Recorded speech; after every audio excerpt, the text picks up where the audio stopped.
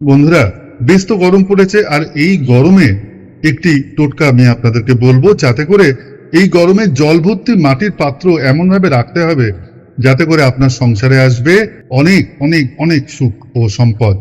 হ্যাঁ বন্ধুরা, আজকে ভিডিওটি পুরোটি দেখুন।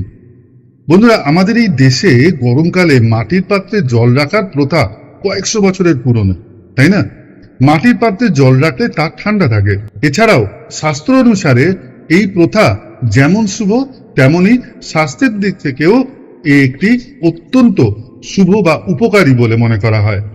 মাটির পাত্র থেকে গরমকালে জল পান করলে তা স্বাস্থ্যের পক্ষে বেশ ভালো প্রভাব ফেলে।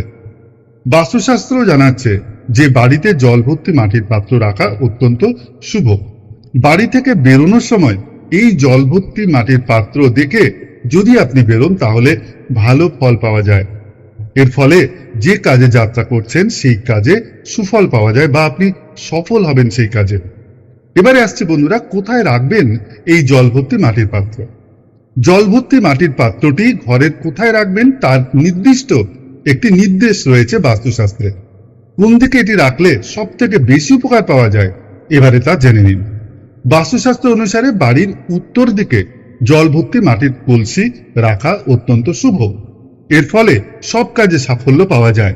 উত্তর দিকে জল ভর্তি মাটির পাত্র রাখলে স্বয়ং মা লক্ষ্মী খুশি হন বলে প্রচলিত বিশ্বাস। গ্রীষ্মপ্রধান, যেমন আমাদের গ্রীষ্মপ্রধান দেশ, তো এরকম গ্রীষ্মপ্রধান দেশে জল হলো অত্যন্ত একটি প্রধান সম্পদ, একটি মূল্যবান সম্পদ। তাই হিন্দু ধর্মে জলের বিশেষ গুরুত্বের কথা বলা আছে। যে বাড়িতে উত্তর দিকে জল ভর্তি মাটির পাত্র থাকে সেই বাড়িতে কখনো জলের কষ্ট দেখা যায় না।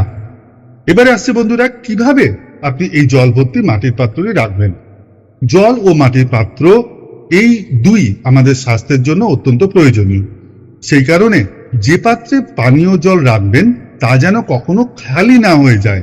মনে রাখবেন, পানীয় জলের পাত্রটি যদি খালি হয়ে যায় বা শুকনো থাকে তা কিন্তু অত্যন্ত অশুভ লক্ষণ।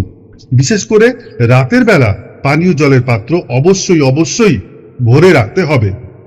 নতুন মাটির পাত্রটি কিনবেন, কিনে তা আগে ভালো করে পরিষ্কার করে নিন। তারপর এর মধ্যে জল ভরুন। প্রথমে সেই জল খাবেন না, সেই জল কিছুক্ষণ ওইভাবেই রেখে দিন। তারপর ওই জলটা ফেলে দিন, প্রথমের ওই জলটা ফেলে দিন। এরপর আবার ওই পাত্রে ভালো জল ভরুন এবং সেই জল পান করার অত্যন্ত উপযোগী, পান করার জন্য উপযোগী। প্রথমে এই জল কোনো কোনো শিশু কন্যাকে খেতে দিলে মা লক্ষ্মী প্রসন্ন হবেন। বন্ধুরা, শাস্ত্র অনুসারে উত্তর দিক হলো ঈশ্বরের দিক, তাই উত্তর দিকেই জল ভর্তি মাটির পাত্র রাখা অত্যন্ত শুভ। এর ফলে জীবনে উন্নতি লাভ করতে পারেন ও উপার্জন বাড়বে। কোনো কারণে যদি আপনারা উত্তর দিকে জল ভর্তি মাটির পাত্র রাখতে না পারেন তাহলে উত্তর পূর্ব দিকে রাখলেও তা শুভ ফল পাবেন। এবং বন্ধুরা, আপনি যদি আর্থিক সমস্যার মধ্যে থাকেন, যদি সবসময় কাজে বারবার আপনি বাধার মুখে পড়েন, তাহলে জল ভর্তি মাটির কলসির কাছে একটি প্রদীপ জ্বালিয়ে রাখুন। এর ফলে বাড়িতে পজিটিভ এনার্জি বৃদ্ধি পাবে এবং মা লক্ষ্মী প্রসন্ন হবেন। এবং স্বভাবতই মা লক্ষ্মী যদি প্রসন্ন হন, তার আশীর্বাদে সব বাধা কেটে যাবে, সংসার সুখ ও সম্পদে ভরে উঠবে।